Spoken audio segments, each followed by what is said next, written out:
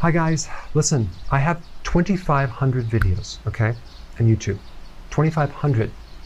So sometimes when you go to the channel, it's hard to find where to start because it's all random. So I wanted to create a beginner's video, the basics.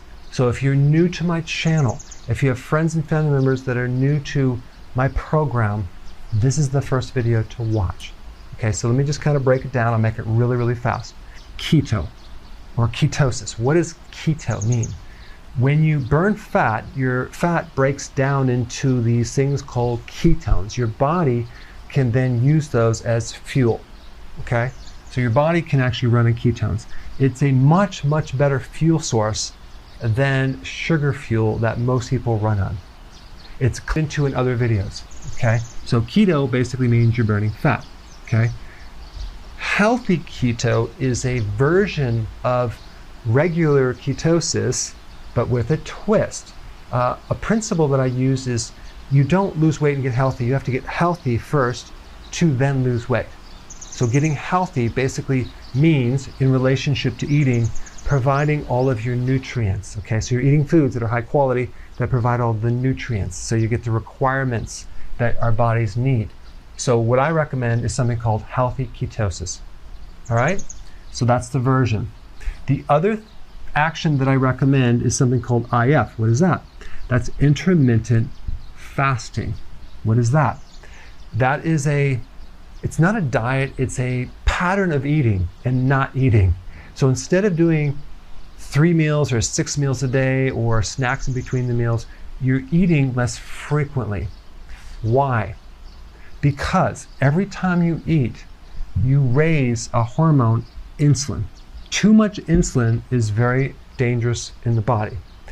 So what we're trying to do with healthy ketosis and intermittent fasting is reduce the excess of insulin. We're not trying to make it down to zero, we're just trying to get rid of the excess. The vast majority of the population has excess insulin, but they've never been tested. The doctors usually don't test it. They're focusing on your blood sugars or blood glucose, but not fasting insulin, okay? I have videos on that, but just, you can watch another video, but the point is that we're trying to lower insulin. So to do that, you need to eat less frequently.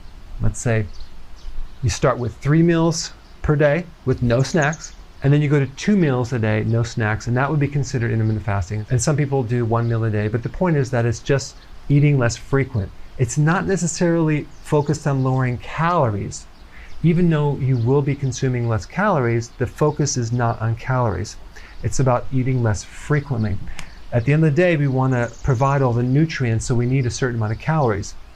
The cool thing about intermittent fasting is that because you're eating less frequent, the requirements for nutrients go down because the body starts being conservative with its nutrients. It starts holding or retaining more nutrients.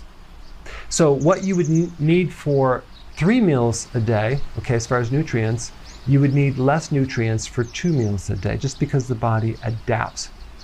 Sometimes people are concerned about losing muscle mass. Well, the other cool thing is that when you do intermittent fasting, certain hormones, like growth hormone, increases dramatically to protect the muscles from being lost. Okay, so your body tends to now conserve protein as well when you do intermittent fasting, so you're not going to lose muscle mass. So the 2 main things that help you lower insulin are the reduction of carbohydrates. I'm talking about the sugar, refined carbs, the grains, the pasta, the cereal, the biscuits, the waffles, the juice, the alcohol. I have a lot of videos on this right here, like a ton, but that just kind of gives you the summary. And also, number 2, eating less frequently. What we're doing when we actually drop carbs and we eat less frequently is we're adapting to fat burning. You're actually making new cellular machinery to run your body on fat fuel, okay, and no longer on sugar. Now, what happens when you consume too many carbs, the insulin comes in and takes it out and converts it to fat. So a lot of the fat on your body right now has came from the carbohydrates. Not necessarily the fat that you ate, but the carbohydrates that you ate. The other thing that people don't realize is this: in the presence of too much insulin, you can't lose this fat. So if you have a stubborn metabolism and you can't lose weight, we know you have too much insulin. Is there a quick test to know if you have too much insulin? Yes.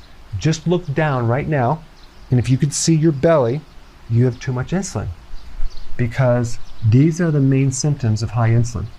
Belly fat, high blood pressure, high cholesterol, fatigue, especially after eating, decreased cognitive function, lack of focus, poor memory, moody, irritable, sometimes depressed, grouchy because of the blood sugar issue, cravings for carbs for sure, and you're hungry all the time, especially between meals.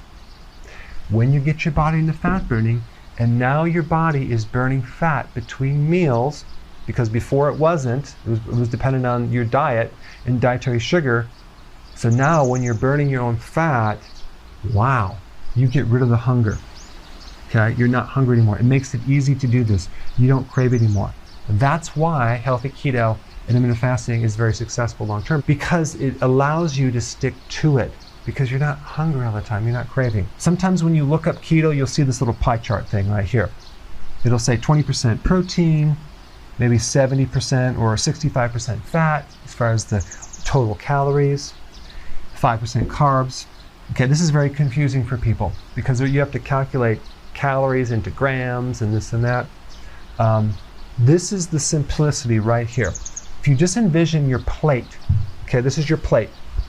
Half of the plate should be salad or vegetables, okay? A quarter of the plate should be protein. And the other quarter should be fat. So this 65 or 70% fat, which seems like a lot of fat, now remember 1 gram of fat is more than twice the calories of carbs and protein. So this is misleading. In reality, the volume of fat is really only, a quarter of your plate. And a lot of this fat is actually mixed with the protein. So it's not as much as you think. And then we have this small amount of carbs out here, just to keep it really, really simple. Okay? And healthy keto and intermittent fasting is not just about weight loss. It's about getting you super healthy, for reducing inflammation, for helping your cognitive function, helping your overall mood, making the body work better. Okay? So now that you have the basics, now you can go to the rest of the videos. Thanks for watching. Hey, if you're liking this content, please subscribe now, and I will actually keep you updated on future videos.